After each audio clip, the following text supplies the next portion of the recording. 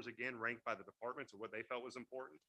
And then it goes into what the cost is per each department and what the life safety initiatives were for those departments, what they felt were important. And we'll explain those throughout the evening. And then you have two more pieces of paper there. One's from Parks and Recs and one's from the fire department, which is just a summary sheet that explains what they're looking at doing as well. At this time, if the city manager doesn't have anything else to add to that, I'm going to ask for Chief Antoine Shepard to come up and present what he's proposing for the police department. Chief Shepard.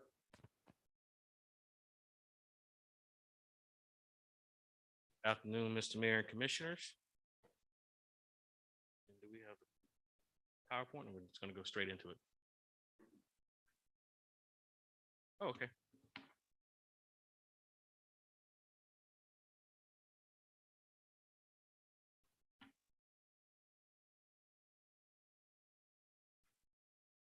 Uh-oh, I'm tearing this up already. See, that's why they don't start with me. Yes, please.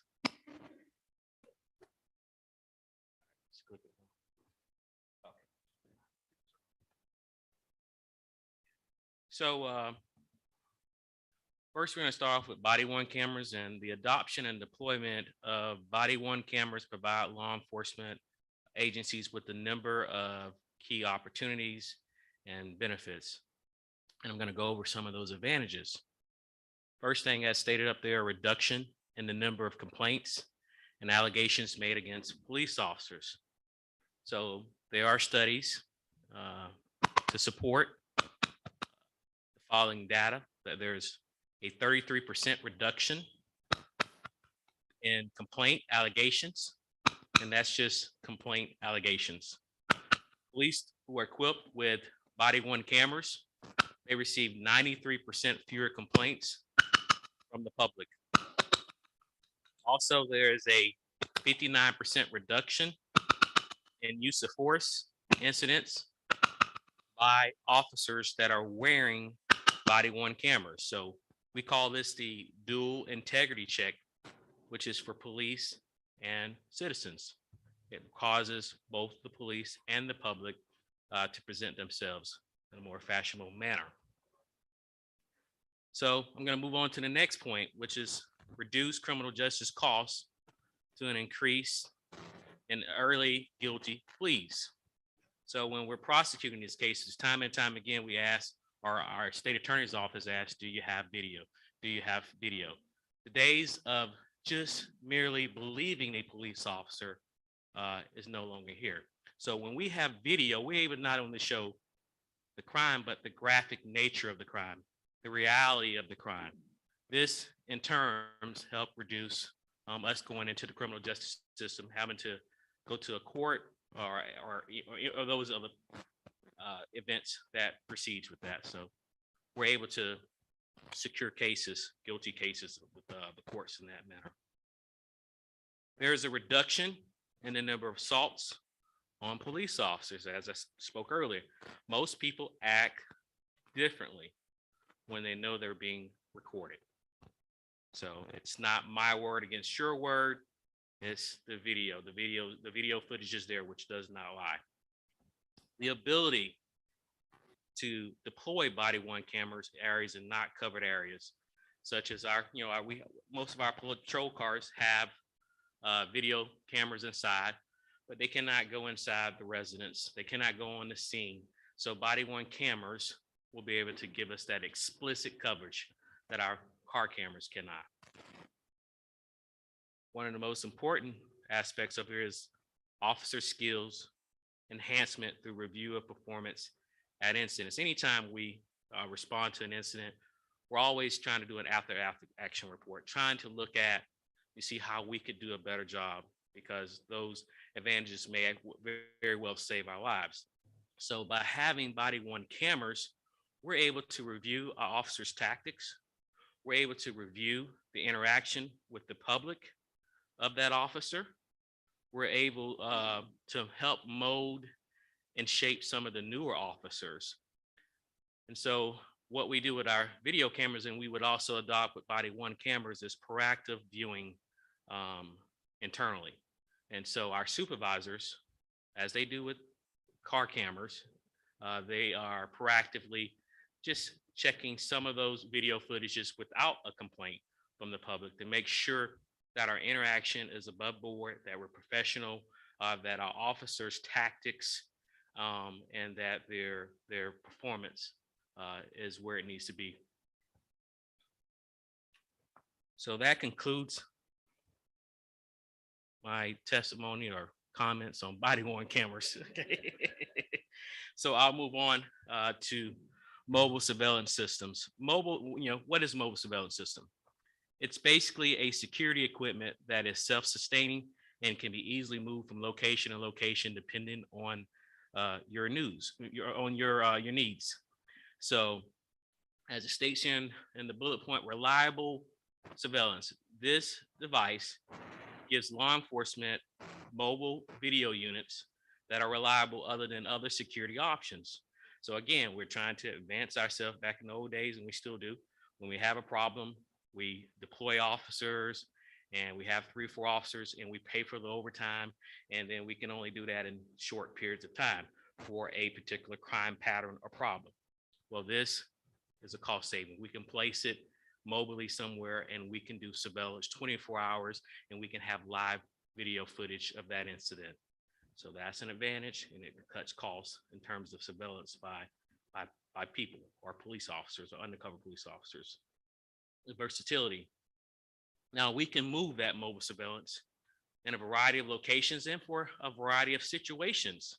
For example, we can place them in Bailey Estates, where one time we were having a number of car burglaries.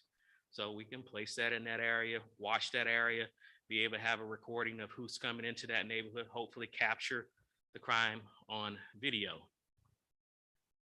We can place them in parks for, special events. We can have them visible, we can have them concealed. When we have them visible, as the last point on there says, it deters criminals from committing crimes. Evidence portion of this, if we capture that crime on TV or on video, as I stated with our body worn cameras, we're able to prosecute those cases more proficiently. And the last point that we've presented are drones. And we all know what drones are. A lot of folks have them now. They're coming a little bit more less expensive, but they still are very expensive. And there's different regulations that the state of Florida is trying to do with them in terms of law enforcement and fire. So there's a lot of legislation out there with them. But we can utilize these for event monitoring, large events, seeing the internal and external threats. We have utilized them where we had to borrow them for a particular event so that we can keep an eye on the crowd and as opposed to having place a police officer here, there, we can place a drone up to try to monitor a large crowd. We can use them for search and rescue missions. So High Springs, along with a number of portions of Florida, is becoming an older population. And time again, we are encountering people with Alzheimer's and they're going missing. We just had a few calls last week with the same gentleman south of town here that we found him a couple times. But just like children, they can go missing. If we're able to deploy a drone, we're able to cut time and try to locate that subject, because a lot of times those who go missing, they're still somewhere in the area. Investigator phase. We can use them for reconstruction of deadly traffic crashes. And yes, we can use them for fleeing suspects for serious crimes.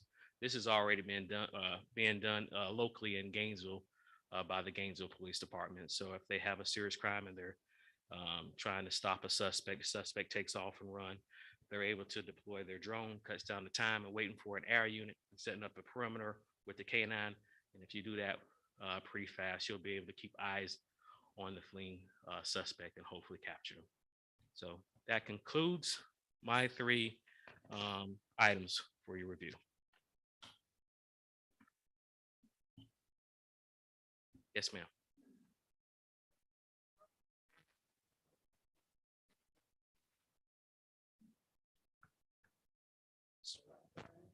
So that would be for 2. That would be for 2. there would be one drone. They are expensive. And so, and that drone would be shared. We've been talking about this for a number of times or years, trying to share a drone between fire and police and be able to utilize them. Any other questions? Yes, sir.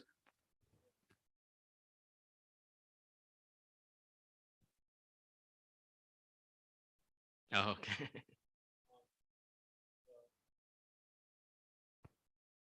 Mobile surveillance, when you deploy that, is your intention that there's somebody watching what's going on somewhere else? So there's a person involved, or just that we record it and if something happens, we have a way to go back and look and see what happened? So I'll tell you that a lot of folks don't know there are actually mobile devices around Alachua County. And sometimes we would put those in crime pattern areas. They're limited to the view of the street.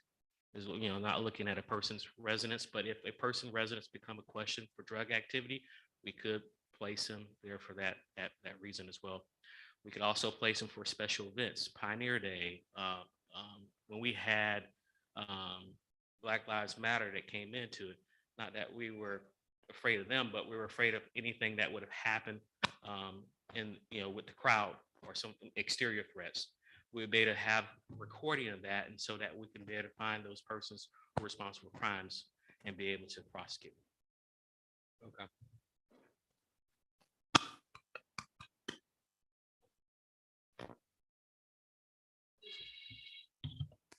Yes. Okay. Oh, I'm sorry. They are not being continuously monitored. If you have a need to, you could, but what are they doing is there's a continued recording. There's a continued recording, and then it's not captured. You could put it for a week or a few days for an event. So some organizations, I'll tell you, like in Gainesville, they use them where they're having a lot of crime problems. So if they have a shooting incident or something like that, they're able to go back and review that video, but it's for a really bad area. Can I ask a question, Chief? Is this the kind of a camera, like, I can tell you that Chief Shepherd was really helpful. There's a local church where the poor box was robbed. And cameras that were installed there were able to get a good picture of his face and a picture of the license plate and the car. And Chief Shepherd's folks put together a great bulletin so that people could see it. But are these cameras the same as those where they're motion activated, where it's not going to continuously record, but they'll see motion? I don't know if the motion activated. I would have to talk to more of the vendor, but the terminology for them sometimes are called pole cams. And so they can be, they place in high areas where, they can be visible or not visible. Just in terms of data reduction, if you're trying to look for something specific, when it's Correct. only recording when stuff is going on, it makes that a little bit less Correct. labor intensive. We are blessed in High Springs not to have abundance of crime. But we would utilize them. And this has been going on for years where, like the summertime, I hope not, but I anticipate we'll have car burglaries and we could put them in those trouble spots. Usually when we get hit, we just get hit really hard. They'll go to Bailey Estates, they'll go over South Side. So if that pattern is occurring, we will be able to deploy them then. So our intention is not to deploy them year round or just to be having them for prolonged surveillance, but to be able to utilize them when there's a problem.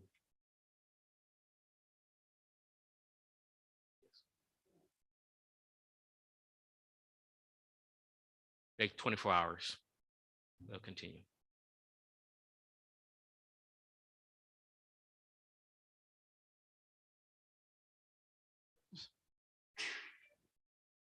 One from the audience. Thank you so much. All right, thank you. Next, fire department. Going to be Chief Burkhalter. Come on up. Do I get a fancy PowerPoint too? Oh, never mind. I was making a joke. Advance?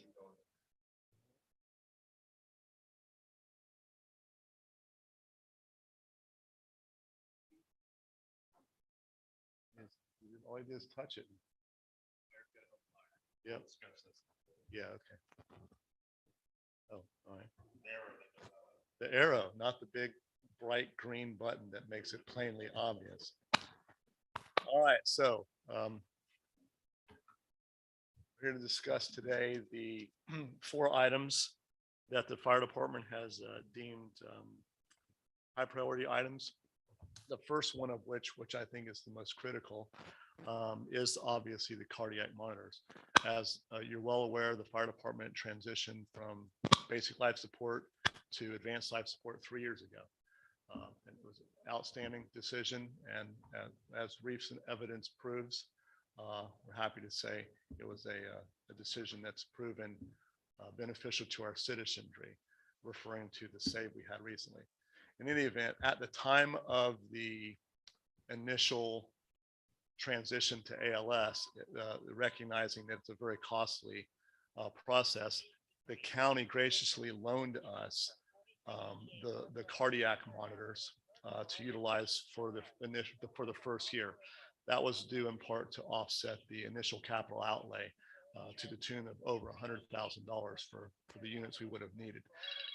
That loan of units was an old system that they had taken out of service. The county does not utilize those particular models. In fact, they even took them out of use back in 2012.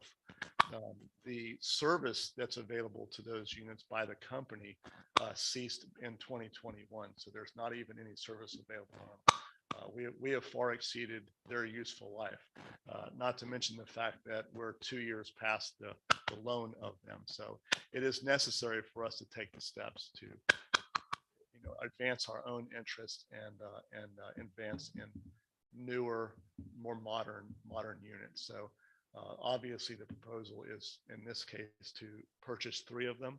That is correct. And I believe you have the chart that shows the exact breakdown of the cost there in front of you. That's it with regards to that. The other life safety issue, or the other life safety item, you'll notice on that is number 4. It's the paging system. I believe I'm correct in that the paging system that we're proposing is similar to the one that GFR uses, not Alachua County Fire Rescue, but Gainesville Fire Rescue. The way the system utilizes the information coming through the 911 system is it captures the information from the call center before the 911 dispatcher is actually able to transmit it over to what traditionally would be our people pushing buttons, for lack of a better way of putting it. And then it electronically transmits that call to us out here in the county. It's 20 to 30 seconds faster than the system that the county currently uses. So we're actually getting the information in some cases, like I said, 20 to 30 seconds faster through the utilization of that technology, as opposed to what we currently have. It's not a VHF, UHF system, so it's not prone to some of the issues that the county has right now. And I believe also you have a breakdown on the cost of that as well. Those are the 2 life safety issues that I think are important or critical to the job that we do every day. The other 2 items that are left are the bay floors and doors, which I don't know if you're aware, the forward bay is actually already been deemed, I won't say not fit for apparatus, but a survey or something was done years ago. It's degrading, it's collapsing under the weight of the apparatus that are in that bay. One of the bays we cannot utilize. There's actually a hole in the floor. The bay is at the point now where it's actually caving in. So instead of traditionally the water, what would flow out of the station, has a potential with heavy rain to actually flow in and flood the station. So that's going to be a need that we need to have addressed if we're going to be able to continue to use that. And then secondary to that is the roofs, which are over 25 years old in the front and back bays. Both of them leak in multiple areas. And I believe the front bay roof is possibly now leaking into the bunk area in the back. So the leak is just getting worse. It's not going to get better, obviously. And who knows what subsequent damage that may occur as a result of that down the line. With regards to the doors, the same thing with those. They're well over 20 years old. They're not hurricane rated. which gets into a myriad of issues as far as with NFPA and also some of our ISO standings with how the fire department is rated. So that's really from an infrastructure standpoint, that could be viewed as a critical need for upgrading that. It's for the safety of not only the apparatus, but the personnel that are housed there 24/7. So those are the four key items that we've recognized to bring before you for your consideration. Any questions on any of those items? I'm more than happy to field any questions you might have. Is that's also the outer area here? What it, The apron, are you referring to the apron? yeah, seeing what's all cracked up here. Yeah, the apron actually is starting to show, with that, we were noticing it today.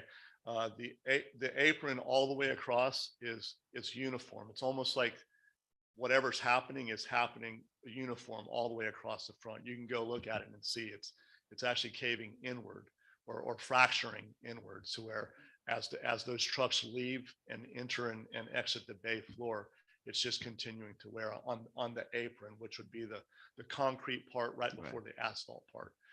That section that separates the internal bay floor from the outside. Yes, that's actually, I didn't realize. Oh, okay, it is in the photograph. Yeah.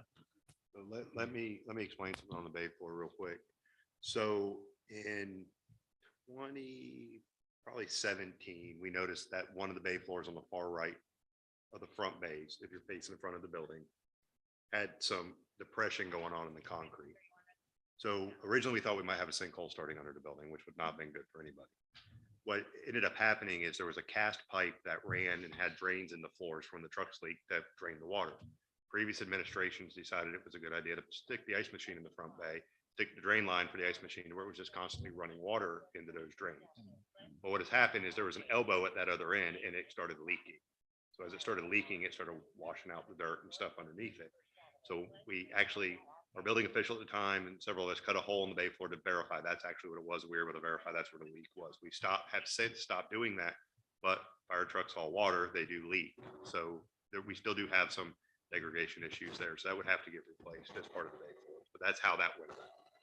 We've actually moved the trucks around at the station to not like the far bay where the antique truck is, the Ola France. We deliberately put that there. It's not stressing the floor like the truck that was previously there. We moved it to the back bay. But as you well know, the new trucks, I mean, they're not going to go in the front regardless. But They're going to go in the back. they wouldn't. There's no way that the bay floor would hold up to the weight of any of the new apparatus that could conceivably be coming in the future years.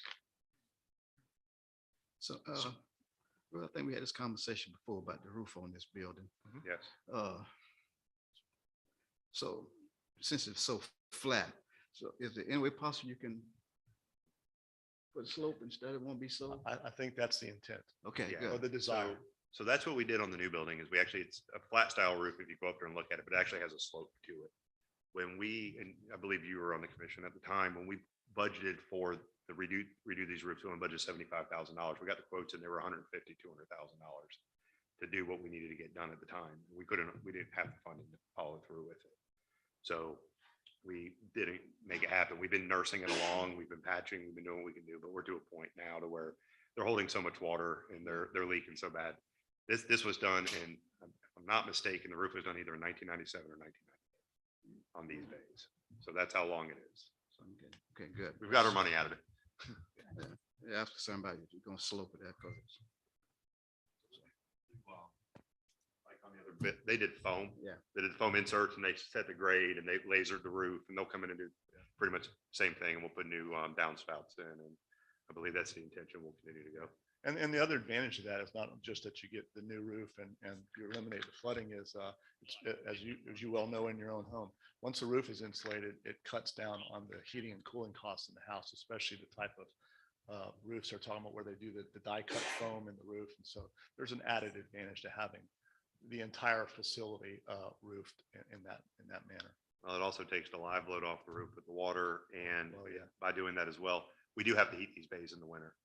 Water freezes. So, there is a requirement throughout so that we do have bay heaters and there is heaters in those bays. So this will help keep that heat in as well. I mean, we're not keeping it on tropical 72. We're just trying to keep it above freezing, but they run a lot. And that's part of the bay door replacement too. Oh, When yeah, that I've comes seen- into play, it will I've seen keep, that. help keep that. So there'll be some energy savings there. I don't know how much, but I mean, they are drafty, but it will help. Yes, sir. Mr. Edwards.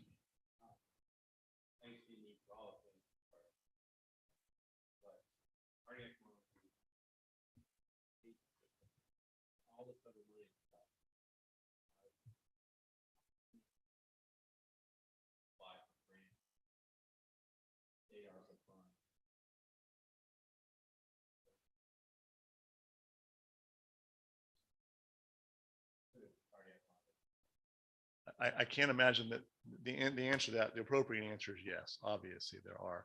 I don't think we've been successful in the ones we've ventured forth to prior to now. I think that We've applied looked at, twice yeah, through State EMS and a couple other programs, and we haven't got the traction to. unfortunately on funding.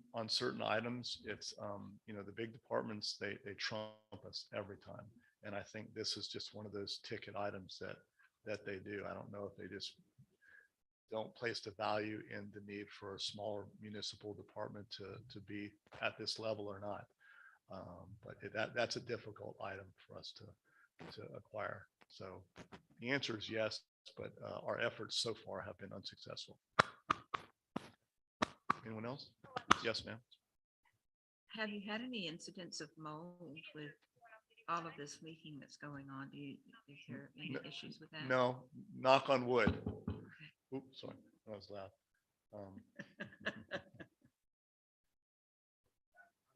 I'm willing to bet when we get in there, we'll probably find some once we start tearing everything out, but Yeah. we don't know at this point. So, I mean, we've looked at it several times. So. Yeah, we're keeping an eye on that. Yeah, because it's a I think it concern. goes without saying, that's one of the ill effects of having constant dampness in that environment. So. Right. Thank you. Yes. All right. Anyone from the audience? All right. Who's up next?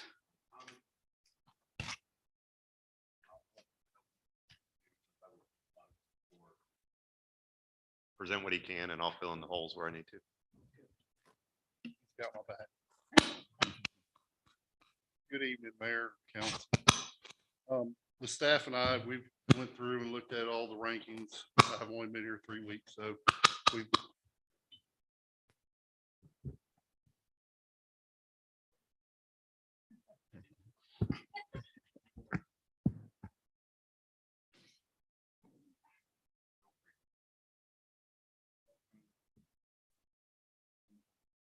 But as you know, water tower, just from some of the, I'm just gonna do a little back history. The water tower is being planned to be painted and sealed right now. But getting into this presentation, as you see, there's 2 water systems that we're wanting to do in the water department. First one will be the engineering of the new water plant. Engineering will help for the future, for our growth, and water pressure throughout the whole city. The second one is the upgrade of our water line. As we all know, we have some old lines and we need to repair them. And for that, we'll also be, get water quality, better water quality. So that's the 2 that we picked for the water side. Then the wastewater side, these are very important to me, just feeling where I came from. The generators for the lift station, we're looking at roughly 9 generators, and they're 75 kWs.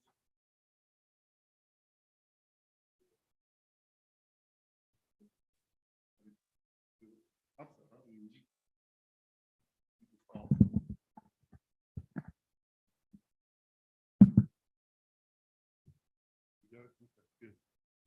Then the 75 kWs for the lift stations.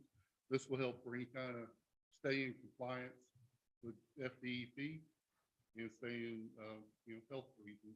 We don't want sewage rolling over at our lift stations. The second one, and it's roughly around $300,000 on that. The spare pumps for the lift stations, we only have one in stock. So if something happens, hurricane or whatever, we only have one. So we gotta really look into that. 'Cause we don't want no sewage spills and clean up and the reports to DEP, and that's never fun. And we're roughly looking at about 135,000 for 4 of them. And we'll have adequate backup for that area. Then the last one for the wastewater will be the engineering of phase 3 on the sewer plant. And that's for the future growth. Some of it's going south of town, as we know. Has been proven to me. I'm from the Show Me State, so you'll show it to me first, but it's part of that, and we're looking at roughly $150,000 for the engineering.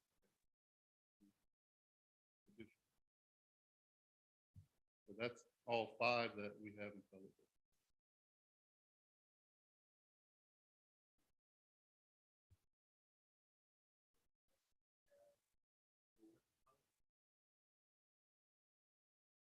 It usually takes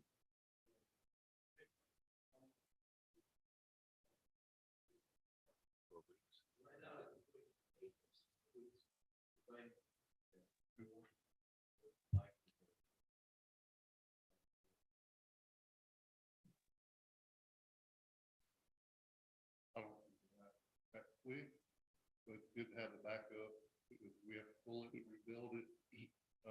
It just still protects the city from liability and Here's the other side of that, Commissioner Ambrose, is right now, we don't have a way to go in and pull the main lift pumps, rebuild them. We don't have anything to put in that place. So we don't have any way to do a lift station maintenance program at this point in time as well. So this allows us to move forward with that program and have spare pumps on the shelf if we do have a catastrophic failure at that time. We only have one. So, yeah, it'll be nice. yeah, they're real, those are the more expensive of the pumps. I mean, those are $34,000 a piece. So, yeah, you know exactly what we're dealing with. So, but it was trying to be proactive to where we can go in and start an aggressive lift station maintenance program, change some things around. JC and I talked a lot about it. Another problem we have too is all these lift stations were built at different times. So we might only have 2 or 3 lift stations with the same type of pump. And we have 3 or 4 other lift stations with a different style pump. And then another one. This will also help us change out the high yield pump lift stations with similar style pumps to where we'll be able to have some consistency. So, Okay, thank you. We have just one hero to rebuild it and everything.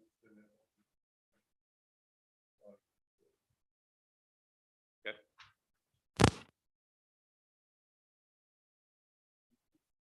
You know?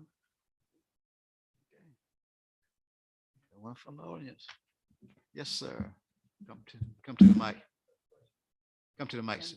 Come to, and give us your name just for the record. Good evening. My name is Reagan Knight. I'm a WFT reporter for the University of Florida. I just have a quick question here for you. About a month or so ago, the city of High Springs had a water boil notice, and it was because of a water main break that happened with a car accident. Would upgrades to the water system help prevent an issue to where you wouldn't have to have your citizens boil the water?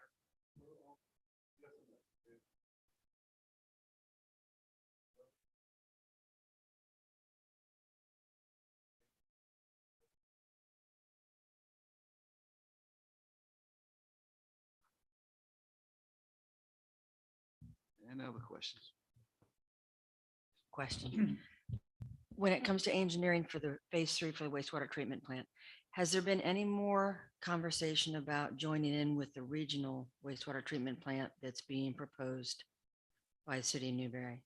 We really haven't had any more conversation with it. It's kind of died on the table. We were waiting on Newberry to get back with us on some cost and how that they were planning on funding this, because the cost for us to run sewer line 12 miles to Newberry is the cost of doing phase 3. So, what's going to be the cost benefit of that? So we're still waiting to hear back from them on what they were proposing and what the final funding source is going to be. They say they can get Swanee River to pay for the whole thing because it's a regional deal. We haven't seen Would that include our 12 miles of pipe? That was my understanding, but I need to see it in writing before I'm willing to commit. Yeah. Do we have any idea what their proposed time frame is? Because I haven't heard anything else about it. We haven't heard anything since the last meeting we went to Newberry. Okay. We haven't heard anything probably in 8, 10 months. It's been a very long time. I thought based on our conversation, we would have heard something at least within 3 to 6 months, and it's just kind of gone nowhere. So, But they have a bunch of other projects going on too right now, so it may be on the wayside. I mean, they're in the middle of doing their AMI at this point. Right. The cost of pipe is going up 2% every other week. I got some pricing on another project today. Different from 2 weeks ago.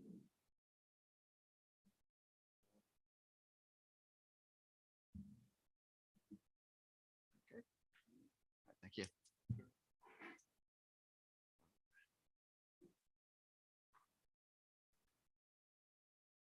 Parks and Recreation.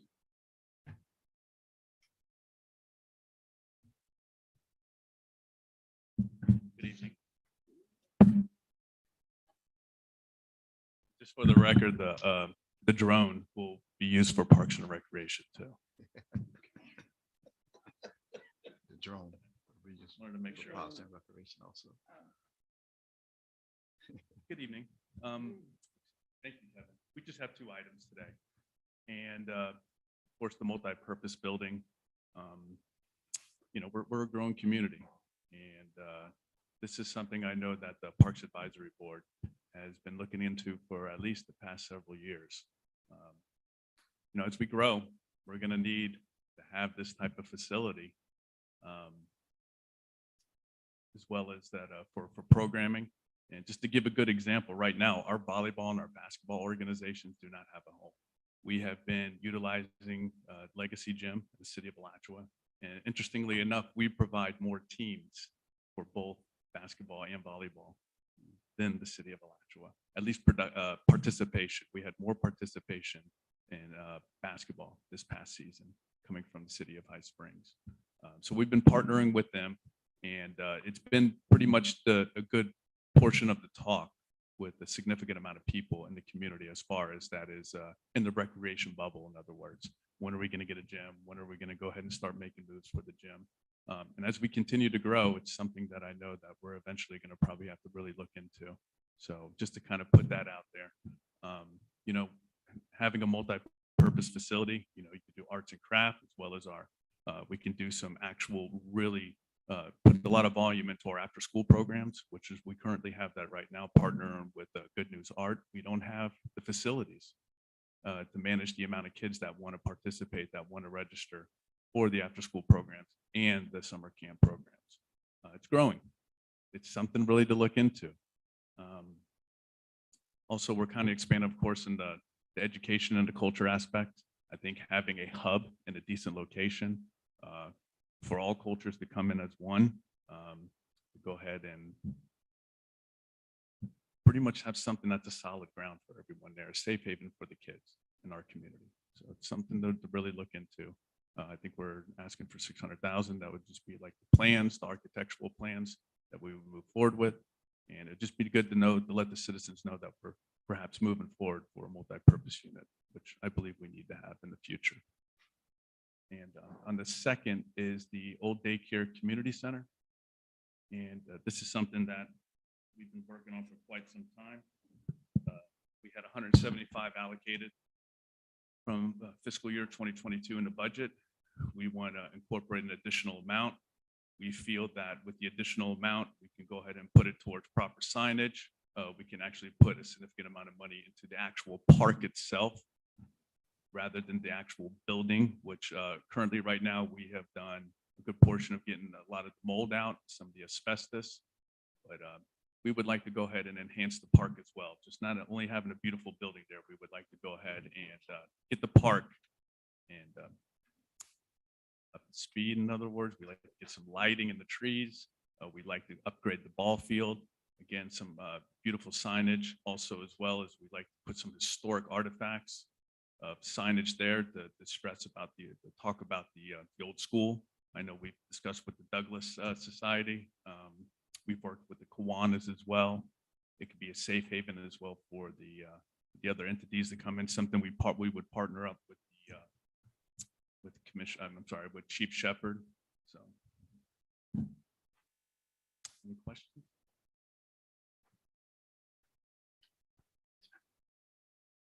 In terms of the multipurpose building, the gym behind the Fellowship Church, would there be any opportunity to partner with the people that are buying that property to use that gym in the evenings? Because if it's a medical facility, I would think that they'd be using it during the day. Mhm, mhm. But could we, partner with them somehow? Because it's a We're beautiful gym. We're working on that. As of right now, it's being used by Josh's place. Right, I saw that. And with Kelly Harris, and we've been there a couple times. She's still, I think on the 5th of next month, they'll find out what's going to happen with them as well. Palms Medical, to our understanding, is going Right. to be purchasing that. It's still it's up in the air. She puts on a good program there. I think it's something more we can kind of partner with them. It's something we've been discussing with Kelly, with Josh's place. It's a possibility. Mhm. But there's got to be some work done to that gymnasium. Yeah, but you've already got the structure there, Mhm, and that's a mhm. great jumping off Mhm, point that maybe absolutely. wouldn't cost so much. We've been looking into that. Okay. Appreciate you thinking about that. Thank you.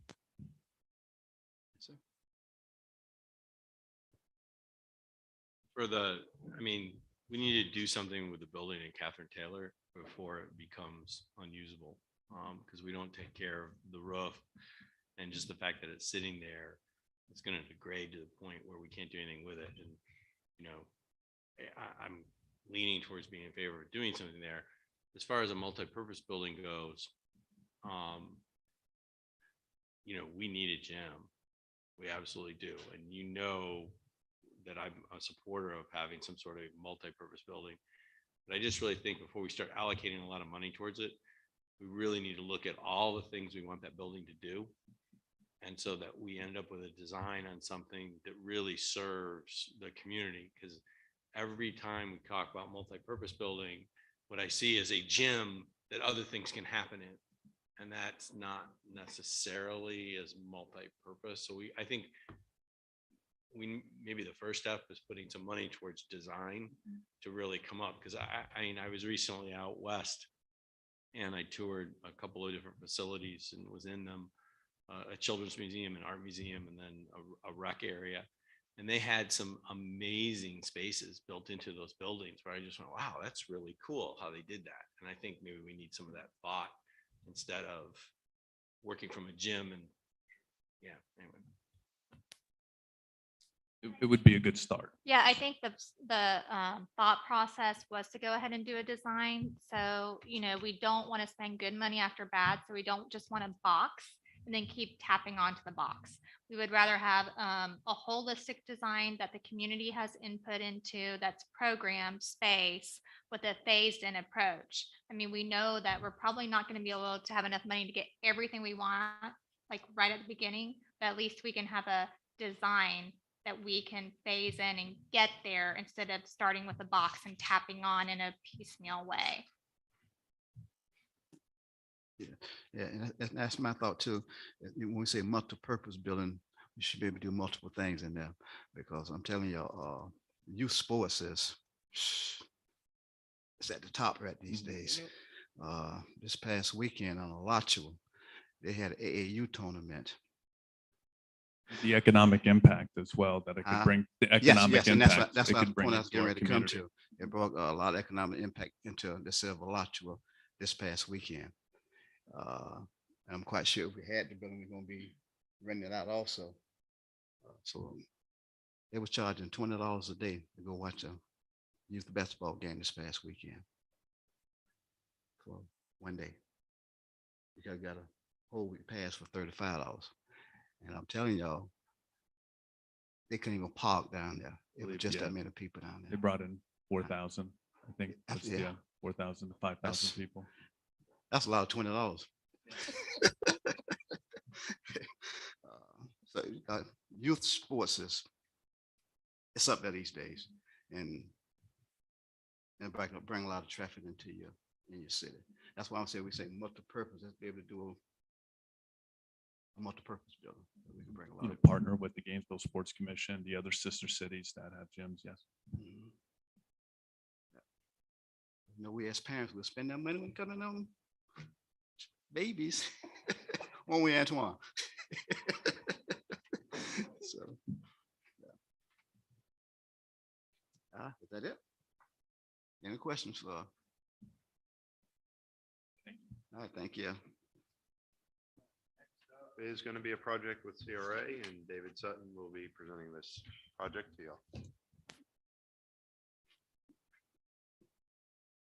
How are y'all this evening? Although I looked and I saw it's kind of listed under Public Works, this is a CRA project, and it is downtown lighting. I brought this up at previous meetings, smaller projects for more of an ambient aesthetic type light go downtown, similar to what's in the picture, the lighting and the trees. But we've taken a step back and want to look at the overall lighting downtown, not necessarily just from an ambient perspective, but from a pedestrian safety, vehicle safety perspective. There's some streets downtown where the lighting is poor along the sidewalks, and looking at the whole CRA district as far as the downtown area goes, not just Main Street, looking at creating a lighting plan for James Paul Park all the way around it, the old school area, the existing police station, along with Main Street, from City Boys to what's Longman Ford, Park West Building, down that area, and from the brewery east over to the Farmers Market Pavilion. This would involve getting a landscape designer, a lighting designer in to look at what we currently have. Let's fix what is currently broken with what we have. There's some ways that we can improve our current lighting. And then from there, let's work in some new lighting, LED color changing type aspects that could really enhance downtown throughout the year. Red, white, and blue in the summer, Halloween colors, spring colors, holiday colors, whatever it might be. This would be phased in, doing phases at a time, but it would, instead of doing like they talked about for the gym, a patchwork kind of thing, this would create an overall design plan, and where it allows to do everything from permitting that we would have to do with DOT along the state roads, to the construction aspect, to the installation where the lights are turned on. Any questions? Sure. So, with the farmers market, I thought that's one of the phases of putting lighting down at the farmers market. Yeah, well, there's a lot of areas like the farmers market area back behind the old D. Davis building or the Kelly Barber building now, lighting that area up, down by the Priest, down by the brewery, that area, catching that old First Street section, cleaning up around the sinkhole by PD or James Paul Park, excuse me, over by the police department, adding some additional lighting there, trying to come up by Evans Carter, just to really clean up that downtown lighting area. I don't know how far we'll get in this project, but we need to start with the evaluation of the current poles we have. Thomas and I have worked on a couple of things to that. He's got a lighting background as well from what he did up in Lake City. So we're looking at some of the current stuff, but we need to build upon what we have too. And we've all had these discussions that we need to add some more lighting downtown, and we felt like this was a good time to look at putting this into a project. Yeah, but my question, I thought that was a part of that plan with the farmers market lighting. It was originally discussed, but it got taken out. It got taken out. And I think USDA took it out, if I'm not mistaken. I'd have to verify that, but I do know that that wasn't part of the actual site plan when they went back and built it. Okay. I thought sure we had the phases. We're gonna phase that in. Okay. I'm in the plan. All these pretty lights and all these pretty flowers and trees and. Yeah, and that, I don't remember what all, I'd have to go back and look, but if you remember that what we got awarded on that building was like 10 years prior to us actually building the building. So I think there might've been a cost thing and we weren't getting any more money, so they started cutting. So I'd have to verify that. That was something that Mr. Booth and Ms. Stahl ended up handling, and there, a lot of us were kind of taken out of that. They were just trying to get the process moving forward. So I'll get the document and I'll report back to you on that. Any other questions?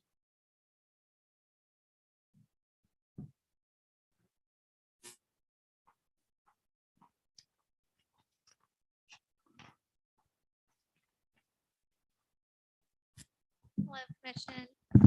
I'm here to report, can you hear me? I'm here to report to y'all on the administrative needs of the city. First of all, we have office storage space. What we would like to do is convert the council chambers into office space. Currently, we have staff without offices. We have staff sharing offices. We have staff in the hallway. We have, in the future, we're going to be needing to hire additional positions, and we don't have anywhere to put people. So we propose to move the council chambers to the civic center or the old school, whereas those rooms would still be available to rent, but we have meetings either here or at the old school. And we also think it's good because additional people can fit in both spaces. Currently, there's people on top of each other in the council chambers. The dais is not ADA compliant. We need to build a compliant, ADA compliant dais. The other reason we also have city records stored in bathrooms. We have city records stored in an inadequate facility and in unsecured offices. So we really need additional space so we can secure our records in a more safe space. A lot of cities usually have rooms that are fireproof, entire rooms, not just a vault that's fireproof, a room. And we need to be able to get the records from all city offices and put them somewhere safe. Other administration projects include premium pay for first responders. That includes fire, police, public works. I think that's self-evident. I don't really need to explain it. I don't think that was one of the highest priorities during your rankings that you had was the premium pay. Other projects is software for finance, utility billing, and human resources. What this will do is we need better software from several aspects, better reporting, better security, better data accuracy. As you know, currently the budget's done on Excel. We need modules that work together so that the finance software and the budget module can work together, save time, and it will help departments to manage the budget better. As far as the human resource software, it'll help with time tracking. Currently, we have an old school system where you just, do the paper in the punch box. It will help with onboarding, policies, recruitment, help us go paperless, a number of things. The City Hall elevator and generator, a price was received on the elevator for $120,000 to replace it. And Bruce can talk more about that. And we anticipate $75,000 for a generator for City Hall. I mean, we just don't need City Hall to be going down in a hurricane or major event. I mean, a lot of people don't think about this. You think only fire needs to stay, secure during that, but it's not. It's also administration. If you have a severe weather event, we have to keep up with the accounting and the financial aspects so we can get reimbursed by the state or federal government. So we have things on the administrative side that we need to keep City Hall around too. Do you want to talk any about the elevator while I'm on this, Bruce? The elevator quote we received today was right at $118,751 and some change. That's replacing the car. That's replacing all the hydraulics. That's replacing everything from the ground up. That elevator was installed when the building was built. The technician that installed that elevator just recently retired, so that should give you an idea. We had the same technician the whole time that thing was in service. This would replace everything. So this is turnkey, brand new. It would take about 6 weeks to get done. And they'll order it, disassemble the old car, pull everything out and reassemble it right where it is. It'll be faster, safer. It'll have all the new ADA compliant stuff in it. It'll have all the new call required stuff in it, the emergency stops and all that. So it'll be up to current standards. It's right at 119, 100. It's 118, 751 and some change. I think it's 26. You need it down to the penny. Yes, it is $80,000. That's we've been waiting on this quote. I finally got it today. I got it like right at the same time she sent the email out with this. So it is a reduction versus what's on I actually am gonna miss, everyone has an elevator story, right? I'm gonna miss it if y'all choose to replace them. I hope you do. I actually called my kids when I rode in it. One time I'm like, here, you gotta listen to this. It's just like the Tower of Terror, you know? My heart was beating so hard the first day I came to work and rode it. I was like, let me sit down and breathe. I hadn't even met everyone yet. The audio and video upgrades for the commission chamber. I mean, y'all kind of know the issues that we've had in the commission meetings with our audio visual, people not being able to hear it, people having issues on the chat, you know, those type of issues to take care of that. A facilities plan. The reason this was put on there was we need a nice plan for the municipal complex. You know, we have the police, old school and city hall. We have new facilities that as we grow are going to need to come online. So we kind of need to step back, see how all this is going to work together, how it's going to be programmed. Again, we have this piecemeal approach going on now. Let's spend $15,000 this year to fix it, $20,000 next year to fix that. And at some point, we just keep spending good money after bad, and let's come back and have a comprehensive plan. So we do this right and aren't spending money and then coming back later and doing it right. We do things in a comprehensive way where we're looking at the whole city and the growth that's coming and how we're going to supply the needs for the community and how we're going to phase these facilities in. What comes first, second, and at what thresholds what are the thresholds that we move forward on this and thresholds that we move forward on that project? Amongst that, the two most important buildings that staff believes are important to address first are police and the public works building, and design of those buildings, kind of like with the multi-purpose parks facility. If we can get a design, maybe we can go after some grants, or we can go to the state legislature and ask them that if they could help fund it during one of their legislative sessions. You know, other cities go after these things. Let's get our ducks in a row so we can too. Go after an appropriation. Then we have the broadband mesh network downtown and in city parks. Eric gave me a breakdown park by park, what he thinks that'll cost.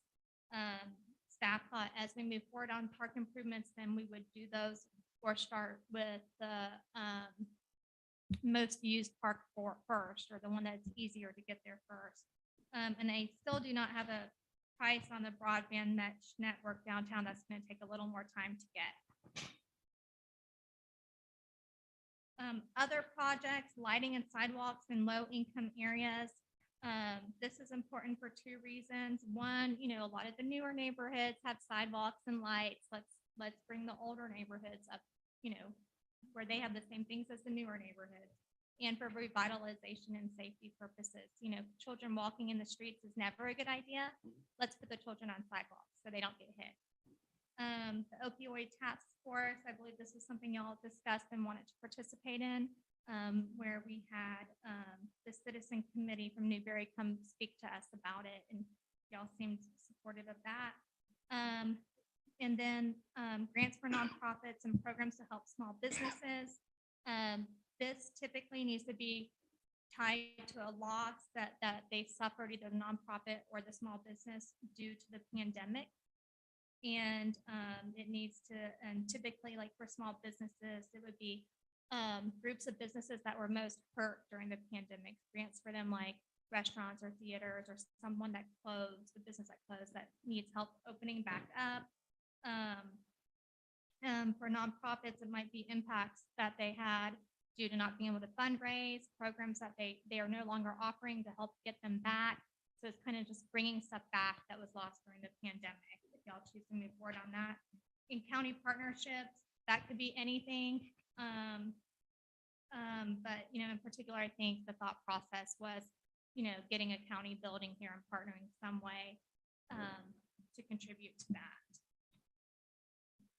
So next we have recommendations. These are of the city manager's office, and this does not mean that all these other projects aren't important, but it's what the city manager's office believes are critical life, health, safety projects and high priority projects, and why we picked these. We did not mean to go up to the $3 million threshold, but when we added them all together, they were right at $3 million when you put those together.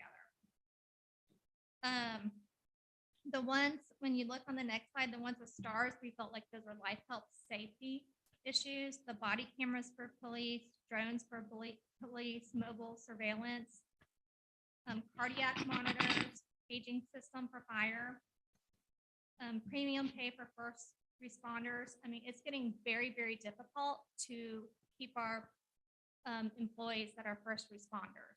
It's a very competitive environment out there, and we're way behind, and it's very expensive to replace employees. We're training them, they're going somewhere else. Let's do what we can to keep them and show them we appreciate them. City Hall elevator replacement. Again, I know this needs to be gone, but I'm gonna be sad when it's replaced. I think it's fine. City Hall generator, discussed that. The opioid task force, generators for the lift stations, spear pumps for the lift stations. We think those are critical projects. The critical projects add up to 1.875 thousand, 1,875,000. The other projects that staff thinks are important, that some of these, we were going back and forth. You could almost count these as critical because, but we took them out if they weren't specifically tied to life, saving a life in some sort of capacity. But the roof on the fire station, bay floor doors and openers, software for finance, UB, and human resources.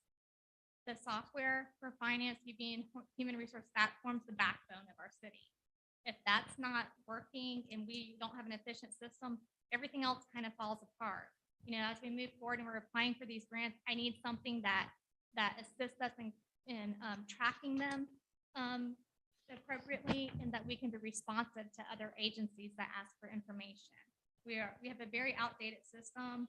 I personally believe that's critical need. City Hall roof, that's something I forgot to discuss. Do you want to talk about the roof some? It's around the same time the one at the fire station was done. I think Mac Johnson was running like a 2-for-1 deal. No, but they were done relatively the same time. I believe it was 1998 or 97. And we're having a lot of the same issues around where the bevel of the roof goes down, because they were all tar gravel roofs. Actually, I think the one at City Hall was put back tar gravel. Is it's starting to leak where that crease is. And if you actually look in the front stairwell of City Hall, you can actually see where it's been seeping and leaking. There is no mold issue because it is concrete block, but it needs to be addressed. We're going to have issues if we don't handle it at some point. It definitely smells though. It smells. Yeah. Audio and visual upgrades, City Hall office space, water main upgrades, valve replacement, addition, fire hydrant water. You know, this is partly, you put $500,000 in there, you know, matching grants, like leverage funds, but also, you know, you'll be hearing from Florida Rural Water, the engineers that they did the asset management plan. They're wrapping up the water sewer master plan. They will be coming to talk to you. They've identified well over 10 million projects, and they're all like, you're like, oh, we need to do this and that. You need to do them all. I mean, there's so much. Engineering for new water plant. That's again, so we can go after grants with growth that's coming. The need engineering for new sewer plant. Go after grants with growth that is coming. And I did put in there the land development code subdivision regs. As you know, Christy's a planning tech. I'm the city manager. We're both kind of serving as your planning department with what's coming in right now and what we already need to be working on for the LDC. Yes, we can get us there a lot. LDC very far along in the process, but I do need a consultant to look over that and review it to make sure that we're not missing any state regulations. It's a state requirement that as soon as the comp plan is approved, the new comp plan, that we have to have that done within a year. It's going to be challenging to make it in that year timeline when I don't have a planner, and it's me and Christy doing a variety of other things. So that is needed.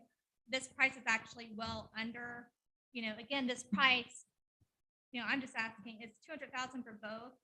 I'm just asking for 100,000. So that would be me and Christy writing most of LDC, but I need an additional review before it goes to the state. And then our subdivision regulations, which is, we call them design and development standards here, it's the same thing. That's basically your engineering specs for the new development that goes in. We really need to have an engineer write that for us and work on it for us. There's a lot of loopholes in that too, that developers are taking advantage of. And we're trying to do what we can again through our developer agreement to plug those holes. But, you know, we need to work on that too. So all of those combined committed 2.9 million. And we have around like 303, how much was it again? 3,046,000. Yeah. So, in the next page were projects that were your highest priorities that weren't included on the critical or high priority recommendation from the city manager's office. Again, obviously it's your choice, take whatever you want off the critical highest priority list.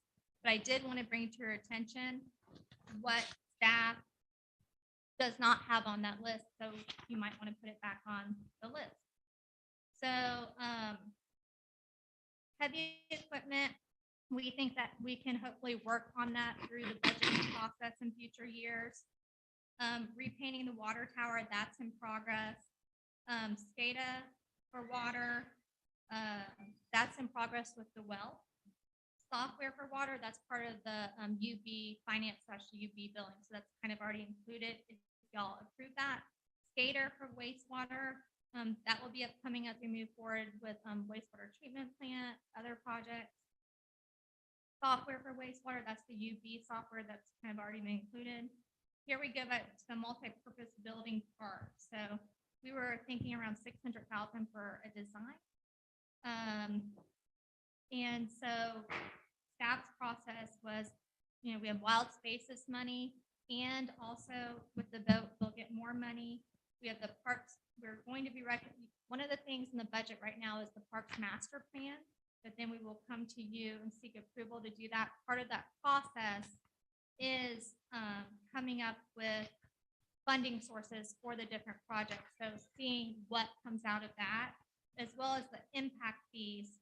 It was around $1,500 a home for parks impact fees. So if we get 400 homes in, which could happen over the next couple of years, then that should pay for the 600,000.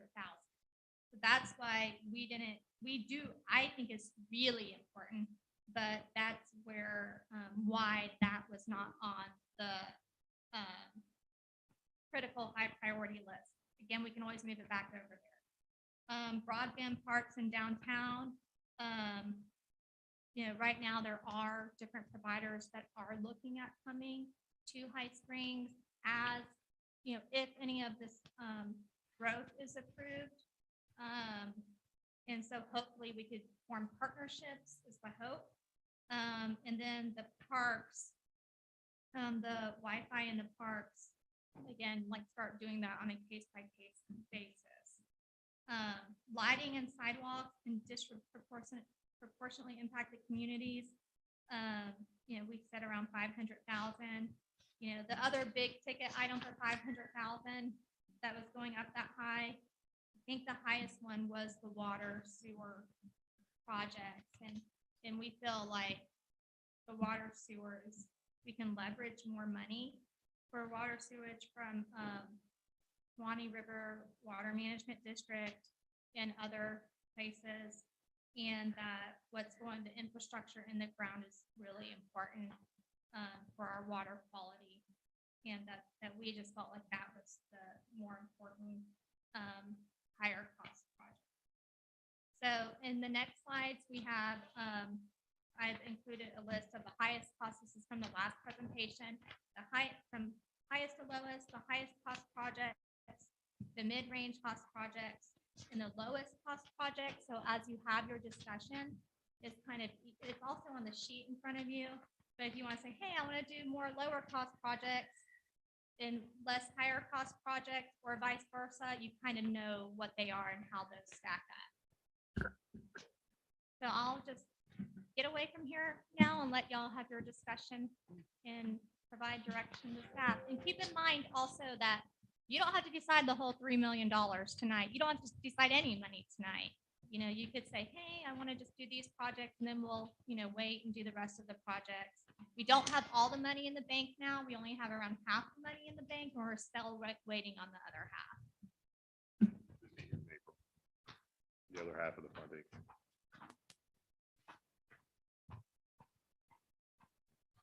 Yes, sir. Could split this list and be here until midnight.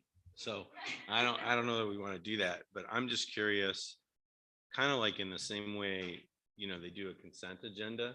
And if anyone says, hey, let's pull that item off, you know, we'll discuss that individually. I'm just wondering if it would be productive if we just went down the list that they've put in front of us. And if we get 5 of us that agree, let's include that, then we could just, boom, start saying, okay, to those things, or how we do that. And then maybe each of us should say on how we're prioritizing things. I know for me, I just look at some of the list and go, you know, fixing the roofs is like a no-brainer, because then if we don't fix that, we're not being good stewards of city property and facilities by letting them deteriorate. You know, if we're going to say we have an EMS group, but we can't find the money for cardiac monitors, and we don't just say that needs to get done, or the same thing for the paging system. You know, those are to me high priorities. Or engineering for the water plant. We've been told time and again, there's no money for engineering a water plant. But if you have it engineered, you're more likely to be able to get grants. That seems like a really good use of that money because we're leveraging those funds. I also think we need to not only take care of what the city owns, but the citizens. If we're going to spend $3 million, the citizens need to see some of it too. And they don't see cardiac monitors. And we know it's not sexy to replace water on mains until they realize that we have boil water orders. But, you know, like the lighting in the sidewalks in some of the communities, or improvements in the lighting in the downtown, are things citizens can see. And I think we need to have some types of those projects included too as we go through here. The broadband, as much as I'd love to have broadband everywhere, we need to come up with an RFP for what we really want, and then put that out, because the prices we're getting back to me just seem way off the chart. And also a Cadillac. I mean, Eric told me that his numbers were, we were going to own the fiber, and that just seems really expensive to put fiber into every one of those points. And maybe that's more grandiose than we need and can afford. All right, so there is my opening bid.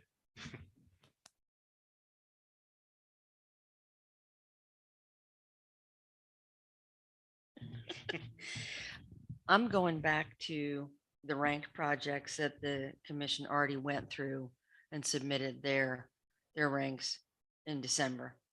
And taking out broadband because there's no dollar value that we can tie to that. I'm looking straight down to the city hall elevator at the number 13 priority. And we got $1.51 million.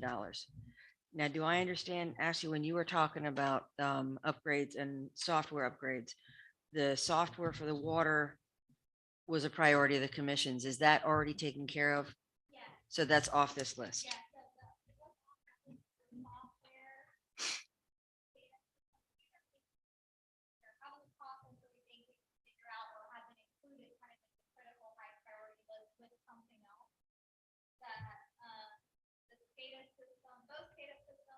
For water and wastewater?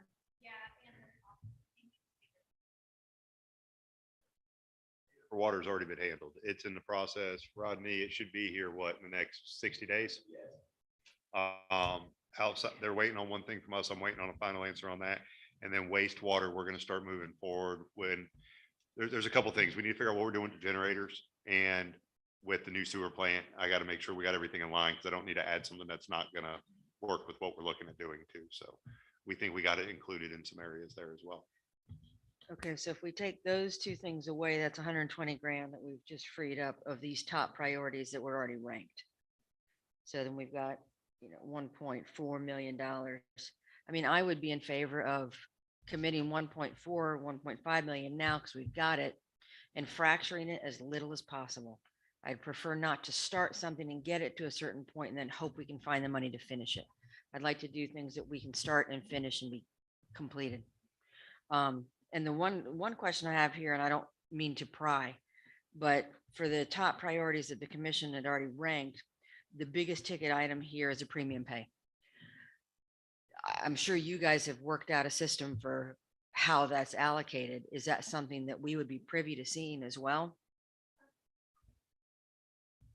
Yeah, we will bring forward, we're asking you allocate this much money now, and then we will bring forward, we were thinking it was going to be a combination of a one-time pay and then an incentive amount, whether it be like a 5% increase for like 2 years or 10% increase for 2 years, and they would know that it's going to go away after that amount of time. That it's not guaranteed after that amount of time. So they still get their market adjustments, but by not, if you give it to them one time, they might forget about it. Whereas it's like an ongoing thing for a little while, then so it would be a combination. Okay. So then the ranking that we've done here back in December doesn't really match up with everything the city manager's office is throwing out to us as the top priorities. A lot of them do, but not all of them. Okay. Could we, in the interest of time, put a spreadsheet together that showed here was the top, all the way down to 13 for a combined score? Alec, how much is that going to cost? And then marry that on the same spreadsheet with the city manager's priorities. Well, I would argue against that for the simple fact, some of the top priorities that we've already discussed, like cardiac monitors, are below rank 13. And I understand. I mean, I don't know that it was clear on what we were dealing with the cardiac monitors. So, I mean, they only came in at a ranking of 6. So Right. Basically, I took your top, I'm sorry. I took your top 20 items is how I did it. And they're all under this either critical or high priority list. The only things that weren't in the top 20 items were that aren't in progress or we think we can figure out are the multi-purpose parks building and the lighting and sidewalks. So that's, for the multi-purpose parks building, that's 600,000, and the lighting and sidewalks, that's 500,000. So that's 1.1 million. So if you want to do both of those, then we need to start taking things off the city manager list.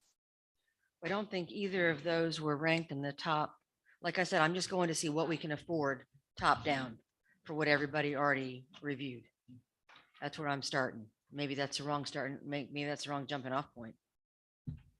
So what I was going to suggest a second ago was like the bay doors and openers ranked 13. I would suggest that we would move the cardiac monitors in place of that because the understand. funding source is relatively close to the same, and move Okay. forward with that purchase. And then we can come back to the bay doors as we get moving down the list, because Okay. staff feels that's more of a critical need. And with like Zoll not servicing those monitors anymore, it's going to become a real concern here pretty quick.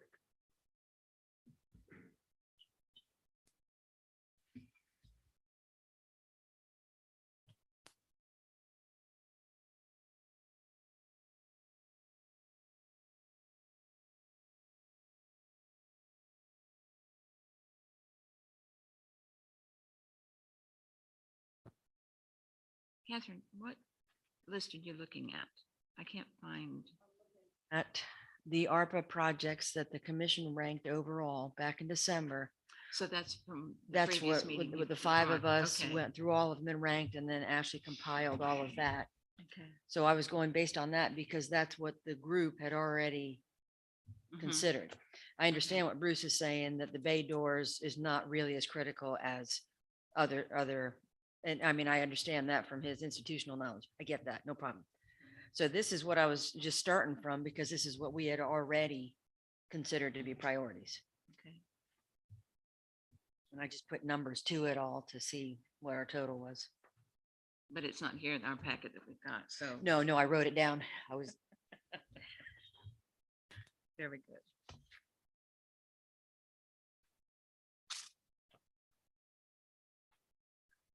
talker right now if you want to go.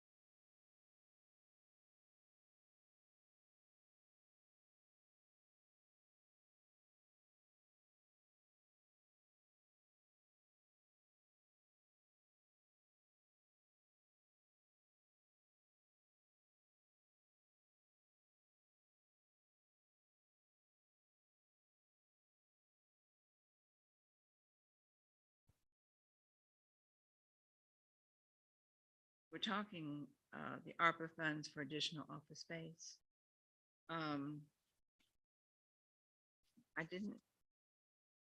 don't know if what you're suggesting here is on here on this list. Where would it be?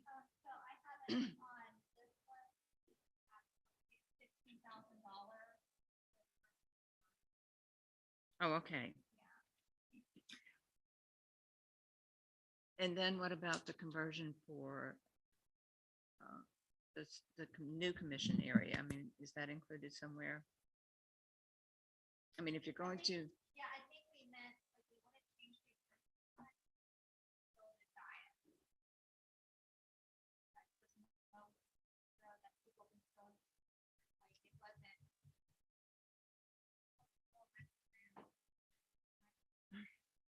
You don't have to, again, it's just. I personally have issues with that. I don't think we should use this room because it can be utilized for so many other events here. It's huge. And whereas we need more space perhaps than what we have now, it would probably be better in the old school, in the Santa Fe room. And again, renting that out, to me, it seems like it would be a lot of setting up and taking down if we're going to use that room to rent. That needs to be discussed further, but if that's all you're going to do is build a dais, then it's insignificant as far as costs are concerned. You do have somewhat of a stage in there to begin with. But that's my thoughts on that. I understand you need more room, and I agree with you there over in City Hall. And also the location right next to City Hall to me would be more efficient than over here. And you do have children playing and things going on. So we heard them tonight, and though I love hearing children play, it could be a bit much. I think we wouldn't have that problem over there. Go ahead.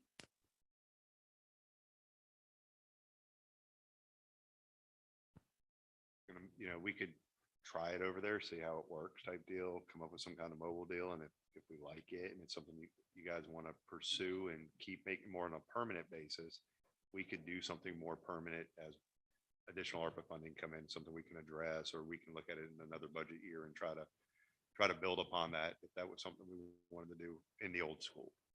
So just some food for thought, something that we're not trying to take down all the time and put back up. Well, and there's, we could look at other places in the community too, that we could kind of borrow for commission meeting nights if possible. I mean, it's not unusual for growing cities to actually use space that's not city space. So we can look at a variety. We don't have to say, hey, we're moving forward right now we're going to approve the conversion, but we could say, explore it, because we don't have to spend it all right now. We can set money aside while we explore. If we decided to consider the Santa Fe room and have have a dais at one end of the room, a lot of public facilities have, doors that can compress and can you just close them, and then, it makes it maybe a little bit easier transition for it to be rentable for other purposes maybe. Because there's another way in, like if we utilize the stage, there's a back door Mhm. that you could actually section that off Mhm. with some sort of temporary dividing wall. And then you would still have access to go in there if the room was rented out, you need to get something out of your seat or something along those lines. And I've seen mobile dioceses too, that you kind of take apart and move and fold. Like there's all sorts of options. With wheels on it. Just seems like a step back as I far as I'm concerned. I mean, I understand we're just have to back off, but it's just a step back in my opinion. So, I mean, so you kind of get more office space. So your intention to employ more people in the near future, or that's down the road, or? It's even existing people right now. I mean, we have our city clerk and deputy city clerk in the same office. Kevin doesn't have an office. We have Christy in the hallway. I mean, we're growing, and that's just thinking of what's going on in City Hall. I need to then take account what's going on in other buildings too. So, but we can also look the other way, keep the council chambers, and we can, just set some monies aside and staff can see, is there any place that we can rent, or is there an existing building? Because we own several buildings. We need to renovate those buildings for office space. Again, there's options out there. It doesn't have to be, let's change the council chambers into office space, but we could set money aside while staff tries to look for different options and then bring y'all different options forward. The thing is, we just can't keep ignoring it. I like that idea, bringing different options to us instead of just saying, jumping and say, okay, let's move. I know where there's a movie theater for sale. It's gonna take a lot of renovation though. I'm joking. But there are other options. I mean, we do have some different ideas, so. Not to get off subject, but really, we're gonna really have to start looking and come up with a plan and build an administration building. That's, we need to start thinking in the future. We need to purchase land or think about what we're thinking about trying to build. It's coming. Right. So we nearly need to start putting our heads together to, Is that something we look at and, look at redoing City Hall and giving it to PD at that point with their growth and things that are going on, repurposing what we have? Is it something we do in conjunction with PD, much like we did in Alachua, kind of do a complex setup there? So just some ideas. And that was part of the money for the facilities plan, which I didn't put it on the critical highest priority needs, although it's a huge need, but two things here. You can get some of the work for free up to a certain point because people want your business, but even if they want your business, we still have to go about it, procuring things the correct way with state law and how it should be done. But, have professional people work with us on, what's the future programming? How are things laid out right now? And you do a facilities plan for the whole city and a layout for a municipal complex, the site plan layout. yes. Yeah. Public works facility we need to consider too. Yes. I mean, these are things that we've kind of kicked down the road over the years too. When we moved public works into where they're at now, that was temporary.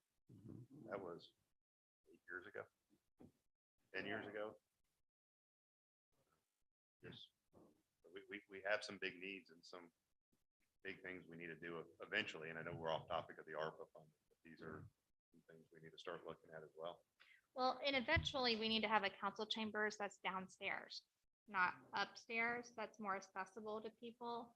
It's unusual for council chambers to be upstairs, so it could be just reconfiguring the building and having something, and a lot of times you have council chambers that you can open the doors when there's overflow, so you can use the lobby, so I mean, that can be one of the options we look at as well. But that's why we kind of need a professional to help us,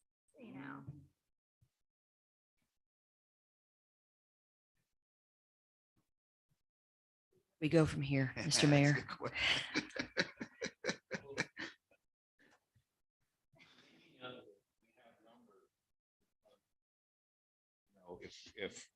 If we went back to what we started with, the re-ranking, now that we've had input, like you saying that you think you can get heavy equipment money from somewhere else, so we don't need to include it in the ARPA fund. Or cardiac monitors should be a higher priority. Now that we know that, we have dollars, if the commission wants to go back and give you re-ranking, so we just do it like a do-over and work from that list, I think that would be a good start. But I also would like to say, out of all of these items that have a community impact and putting them off, and I'll just go body cameras, fire roof, cardiac monitors, the paging system, the city hall elevator, and quite frankly, the generators for the lift stations. Because if we have another hurricane come in and it takes out for a week or so, and that hasn't happened in a while, our power around here, the last time we had a major power outage that lasted any length of time, we didn't have lift stations. And we do now. And pump trucks will not be available to pump those lift stations. So we're going to get a real mess, literally.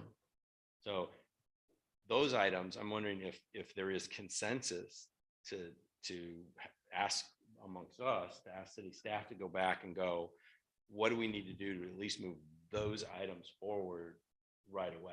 I mean, we hold commission meetings and the elevator breaks down frequently. Are we exposing ourselves to not being accessible? We are. You know, and I worry about those things. The cities get sued over it. Well, the other thing is you can direct us to go ahead and work on certain projects, because we're still going to have to bring it by you a second time before we purchase it, anything over 25,000 to a commission meeting. So you will still have time to turn it down.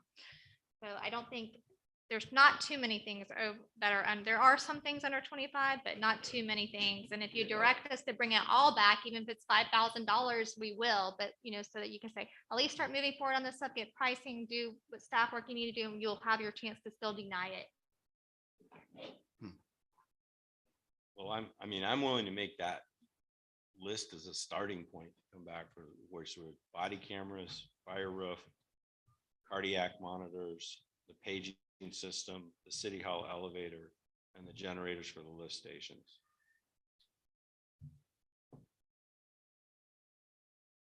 I mean, I just see what's happening with pricing and everything else, and those are all ones that if we put it off, we're going to continue to cost more money and get less. Probably.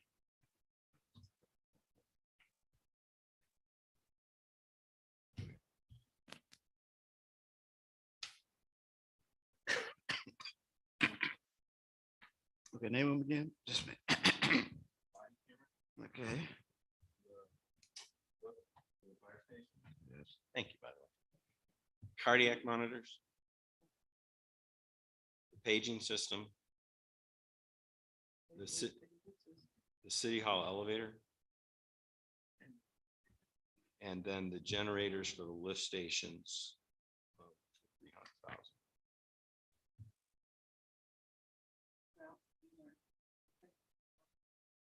Oh, thank you. Yes, the city hall roof should be in there. Appreciate that.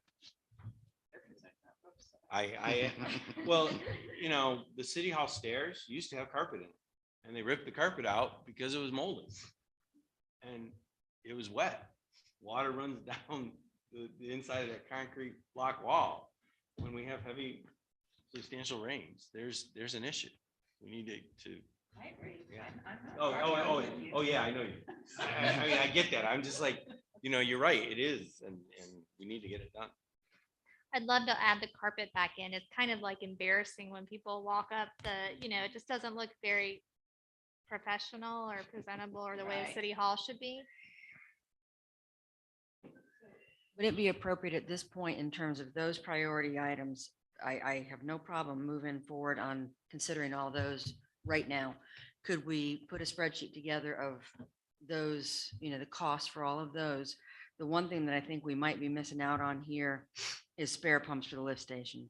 I Yeah. know that's a big, you know, I mean, we only have one. And, you know, if we could at least buy 2 extra as far as one of the priorities and have 3 extras, JC's not going to stroke out. And we don't want JC stroking out. I have the same thought right there. Yeah. I mean, at least can we get 2 of them I just now? wanted to keep the initial list small. Right, because right.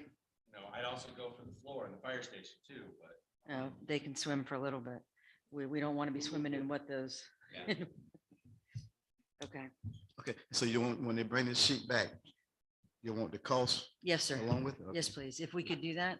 Can I add one more thing? The finance UB software is really important. So what's the- Like for real, like it's an issue and it's affecting all departments. That was not- one of the top ranked ones Yes. by the commission before Yes, like already. again, we'll bring it back to Right, you. right. Okay, but that we at least can start going ahead and working on it. Right.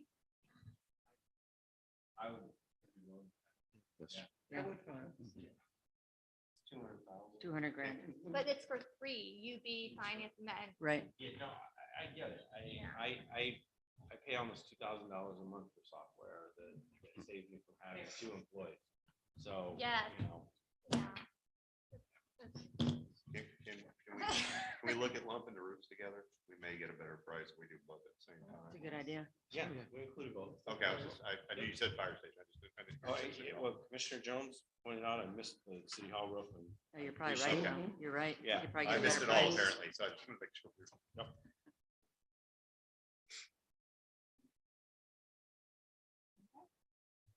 Yes, ma'am.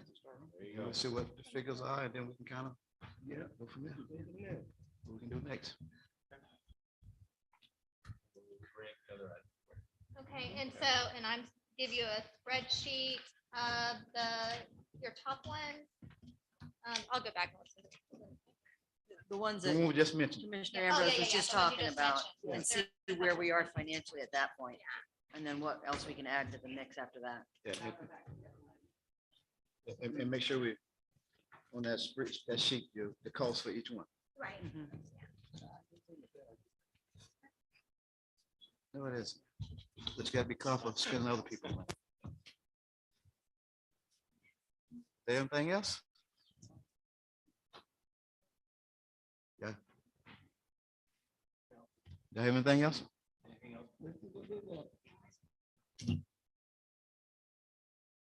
Excuse us. Is there anything else?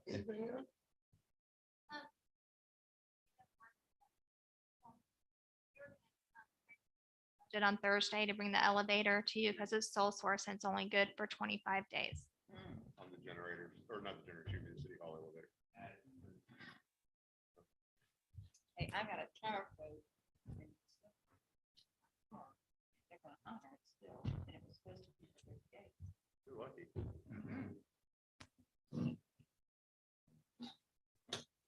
Like over 2 weeks right now. If we can get anybody to quote. Okay, that's it. Motion to adjourn, meeting adjourned.